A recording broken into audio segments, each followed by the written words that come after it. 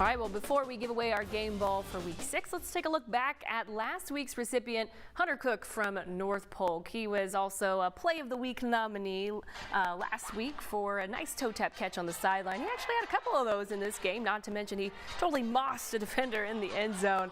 He only had 3 catches in this game, but 2 of those were for touchdowns, 1 of those for a big gain. All huge plays for North Polk, and sometimes the stat line doesn't always reflect the impact of the plays made, so that's why he got our game ball for week 5. Yeah, the impact he had on this game was just incredible. And this week's, I mean, you can't even talk about the amount of impact Abu Sama had. The game ball's going to Abu Sama. He had 4 rushing touchdowns in a win over Linmar, 49-27, I believe. And I talked to Ankeny's head coach, obviously, when I was doing the feature on J.J. Cole and Jamison Patton.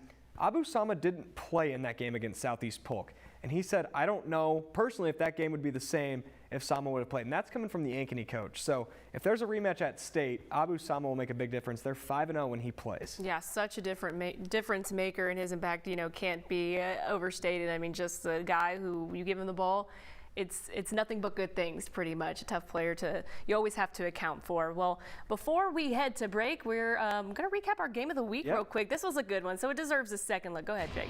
Yeah, this game was just awesome. I can't wait to talk about it again. So many offensive plays. Yeah, this was one of our Play of the Week nominees. We're still thinking that. He says that was a catch. I would have to agree. I mean, they did give it to him, not for the touchdown, but for at the 1-yard line? Yeah, so he was not out at the 1. He was very quickly into the touchdown.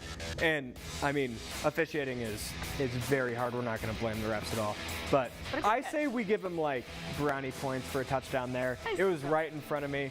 He toe-tapped his way in. But this game was awesome. It was the Drew Kingery show again. But the Indianola defense was hitting so hard. Johnny Minke, senior linebacker, his helmet was, if you look at Indianola's helmets, it's all yellow.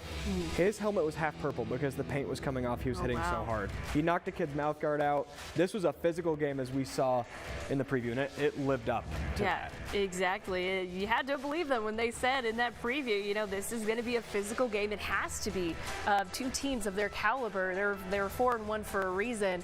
But Indianola getting the win tonight, so definitely a huge win for them. And I should mention that there is still a battle for Warren County out there. Carlisle is also both in their district and not Little Hawkeye Conference, but Warren County rivals. Yeah. So Indianola hasn't taken that crown yet, but we're going to take our final break, and when we return, we'll wrap things up with our final thoughts on week 6.